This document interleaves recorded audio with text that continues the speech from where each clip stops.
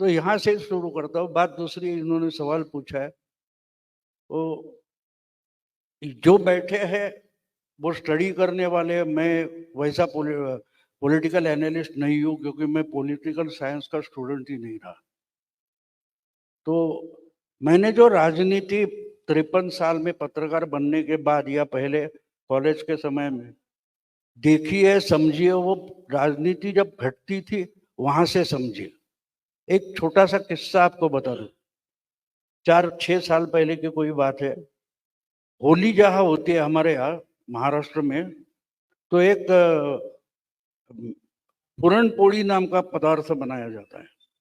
तो वो चने की दाल जो होती है उबालते हैं और उसमें गुड़ वगैरह डाल के वो रोटी के अंदर डालते हैं, तो उसका जो उबला हुआ पानी निकलता है, तो उसकी एक करी बनाते हैं, उसको कटाची आमटी बोलते हैं। वो मुझे बहुत पसंद है।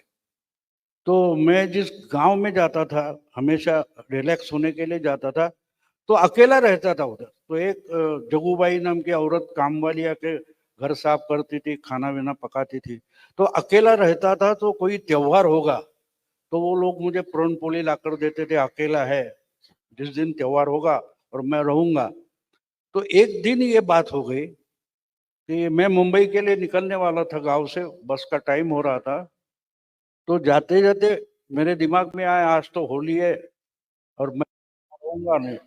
तो मैंने टॉन्टिंग जैसा उसको बोला, जगू भाई को, आपकी मजा है, आप तो आज पूरन पूरी खाएंगे, होली है, मैं तो निकल जाऊंगा। तो ज्यादा बात नहीं करती थी, वो 2 शब्द बोली सिर्फ, होली उद्या है, होली कल है, आज नहीं है। तो मैं चुपचाप रहा, गलती मेरी थी। तो साफ कर रही थी घर, वो कचरा इकट्ठा करके सुपड़ी में ले रही थी। तब मुड़कर बोली, आप पत्रकार हो, यानी लिखते हो, पेपर में छपकर आता है, लोग पढ़ते हैं, क्या लिखते हो, लोग क्यों पढ़ते? मैंने बोला क्या हुआ? बोले आपको इस देश के त्योहार तक मालूम नहीं है,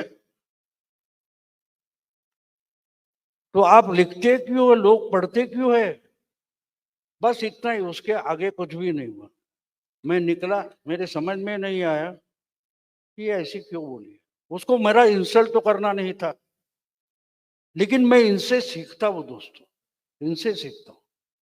तो मुंबई आया, 2-3 दिन मेरे दिमाग में वो बात अटकी थी कि जगू भाई ऐसा क्यों बोली।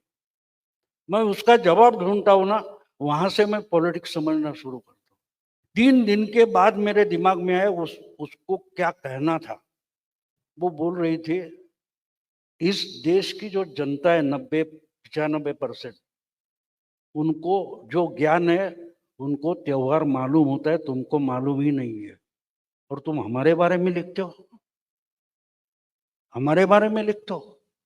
हम खुद को ज्ञानी समझते, लेकिन हम कितने अज्ञानी है, अनाड़ी है, ये उसने बता दिया था। और मैं वहां से सीखता हूँ। और एक बात बता दो आपको, बहुत पुरानी है, 77 का चुनाव चल रहा था। आज हम लालू देखते, उस वक्त राजनारायण वैसे ही थे। तो राजनारायण मुंबई में प्रचार के लिए आए थे। वर्ली के जाम्बोरी मैदान में उनकी सभा थी। तो हम मिलने गए थे उनसे। तो पेडनेकर नाम के मेरे कलीग थे, वो सोशलिस्ट थे। हमने उनसे बात की, तो मैंने उनको पूछा, नेताजी रायबरेली की हालत क्या है? वो बिल्कुल लालू के स्टाइल में उन्होंने जवाब दिया था, वो तो मैं जीत चुका हूँ, अभी वोटिंग बाकी है। तो मैं हंस पड़ा, जवान था, हंस पड़ा मैं। 28 साल वगैरह उम्र थी। तो वो डिस्टर्ब नहीं हो। राजनारायण जी ने एक दृष्टिकोण दिया मुझे, ये समझना जरूरी होता है। वे बोले कि अभी बच्चे हो, राजनीति बहुत सीखनी है। मैंने बोला लेकिन आपके खिलाफ तो प्रधानमंत्री खड़ी है। वही तो। मैंने बोला वही तो का मतलब क्या है? इसीलिए तो मैं जीत चुका हूं। मैंने बोला कैसे? वो बोले मुझे लोगों को जिताना नहीं है, इंदिरा को हराना है। ये सोच देखो कैसी। उन्होंने बोला कि लोगों को हराना है, मैं गांव गांव जाकर हाथ जोड़कर भी विनती करूंगा कि भाई मुझे हराओ, तो भी लोग नहीं हराएंगे। मुझे हारना है तो भी मुझे जीतना पड़ेगा, क्योंकि लोगों को इंदिरा को हराना है, राजनारायण को जिताना नहीं है। ये एक सोच उन्होंने दे दी। उसके बाद राजनीति समझने का तरीका बदल गया, चुनाव समझने का तरीका बदल गया। मैं जो आज 2013 में अप्रैल जनवरी से लेकर अप्रैल तक मैंने 27 आर्टिकल मराठी में लिखे थे पुण्यनगरी पेपर में।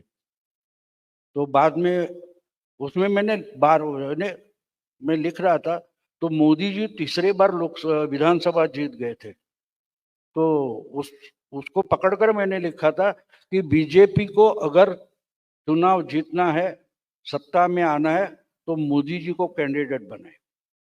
तो फिर बाद में शरद पवार वगैरह लोगों का इतना प्रेशर आ गया कि वो पेपर वाला डर गया। मुझे बोला आप सब्जेक्ट बदलो, मैंने कॉलम बंद करो, मैं सब्जेक्ट नहीं बदलूंगा। तो कॉलम बंद हो गया। 27 आर्टिकल लिखे थे। बाद में जुलाई में जब मोदी जी को कैंडिडेट बनाया गया, तो यहाँ बैठे सच्चिदानंद शिवड़े, ये मेरे पास आए, बोले भाऊ वो सीरियल लिखी थी ना, उसका किताब बनाते। तो मैंने बोला कोई बात नहीं। तो वो पब्लिशर लेके आए और वो किताब बननी थी। तो उसके लिए मैं अगस्त 2013 में मैंने एक ही आर्टिकल नया लिखा था, और उसमें जो लिखा था वो कुमार केतकर वगैरह को अभी अभी समझ आ रहा है। लिखा था कितने 10 साल पहले। 10 साल। तो उसमें मैंने लिखा था कि मोदी जी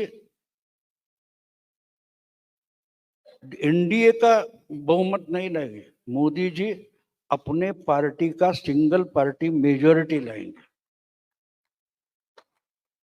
और जो पहला आर्टिकल जो नया लिखा था, उसके आखिरी 2 पैराग्राफ जो है, उसमें मैंने प्रेडिक्ट किया था ये इंसान कुछ करने आया है। इसने 12 साल दुनिया को भुला दिया। गांधी नु गुजरात, अब मोदी नु गुजरात हो गया। अब अगर ये आता है, प्रधानमंत्री बनता है, तो लोगों को, दुनिया को भुला देगा नेहरू इंदिरा का भारत नहीं है, ये मोदी का भारत।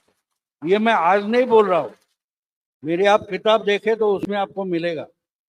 वो जो पहला जो आर्टिकल मैंने लिखा था उसके लिए, उसका शीर्षक था असाबियाचा आधुनिक आविष्कार, यानी असाबिया का आधुनिक आविष्कार। असाबिया ये अरबिक वर्ड है। इब्न खालदून नाम का जो हिस्टोरियन हुआ है 14वीं शताब्दी में, उसने असाबिया की आइडिया लिखी है पहली बार। तो जिस ढंग से उसने लिखा है कि जो कोई एक साम्राज्य एम्पायर खड़ा करता है, उसकी तीसरी या चौथी जनरेशन वो साम्राज्य डुबा देती है। राहुल गांधी चौथी,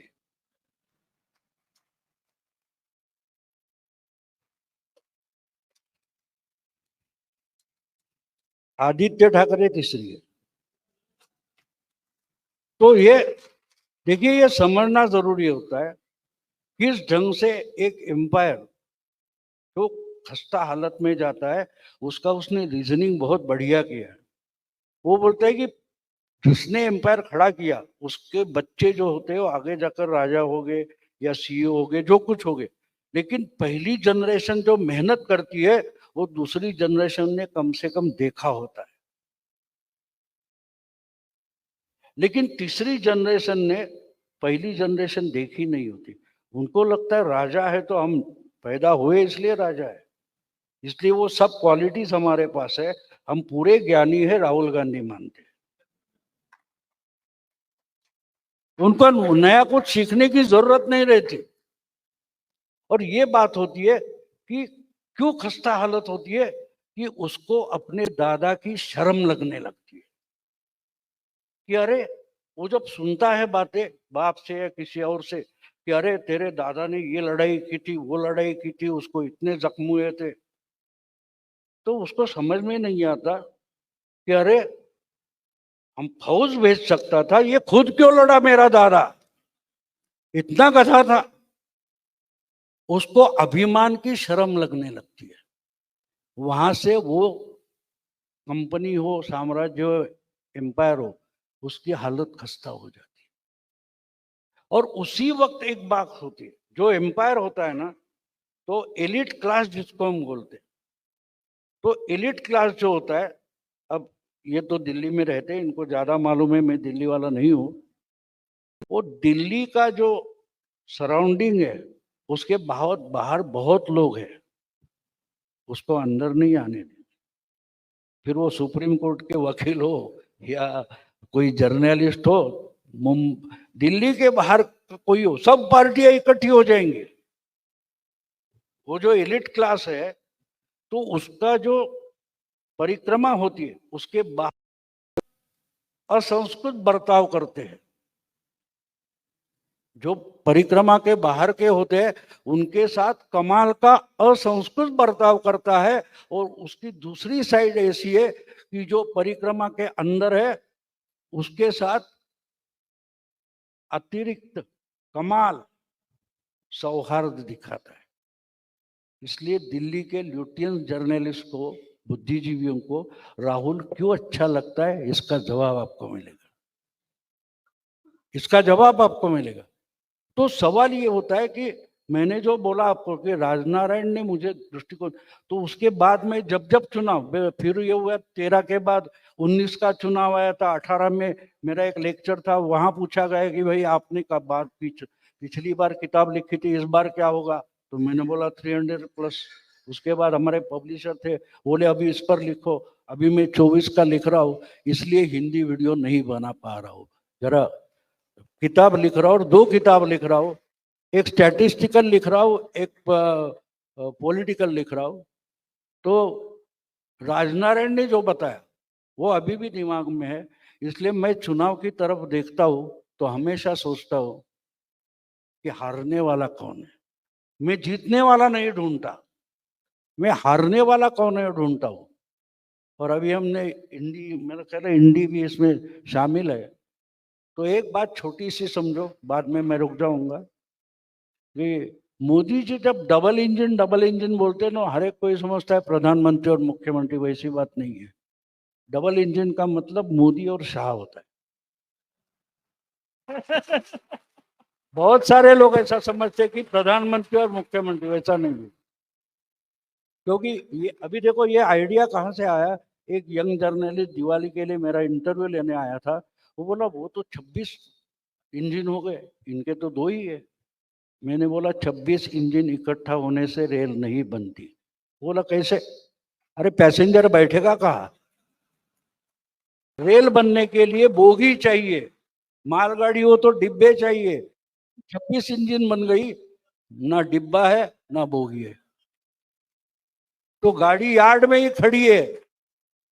3 महीने से 4 महीने हो गए, पटना बंगलोर से मुंबई पहुंच गए, लेकिन गाड़ी यार्ड से निकल नहीं रही है।